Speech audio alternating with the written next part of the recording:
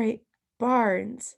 The two newest employees at this company have salaries that are too high for the simple tasks normally assigned to new employees and duties that are too complex for inexperienced workers.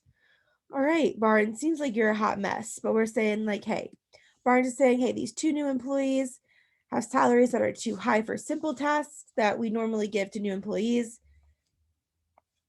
and duties that are too, but also their duties are too hard or too difficult for inexperienced workers. Well, hey, Bart, what I'm thinking is like, well, hey, Bart, maybe we brought in two awesome people that have experience that even though they're new are still great. Anyways, Barnes goes on and says, hence, or this is why the salaries and the complexity of the duties of these two new employees should be reduced. Okay, Barnes. There's definitely a flaw in this argument.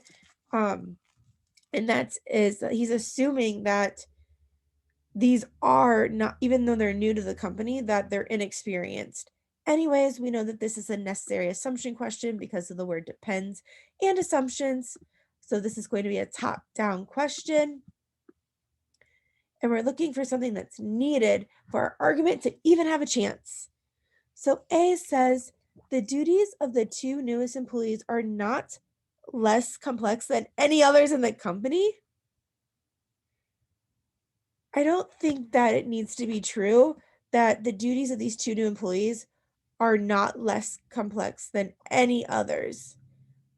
Like maybe they're still like the least complex, but Barnes still thinks that um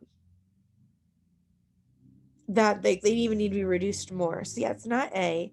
B, it is because of the complex duties assigned it is because of the complex duties assigned that the two newest employees are being paid more than is usually paid to new hourly employees.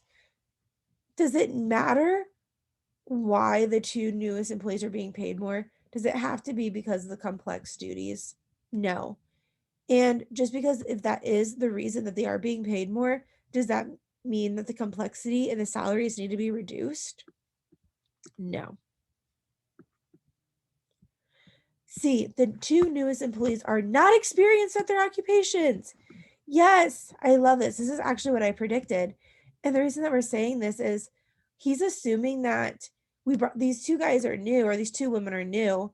And so therefore they must be inexperienced. But just because they're new, so in order for his conclusion to be true, it must also be true that these two employees truly are not experienced. It's not just that they're new. So that's why C is going to be our answer.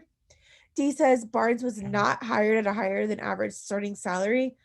We don't care about Barnes at all for our conclusion to be true. Sorry, Barnes, we don't care about your feelings. We don't care about comparing you to these two new employees. And E, the salaries of the two newest employees are no higher than the salaries that other companies pay. No, we don't care about other companies. Just because other companies pay these workers for their similar levels of experience, that doesn't mean that we need to lower their salaries or is not needed for us to lower their complexity of their job skills. And so that's why C is going to be our answer.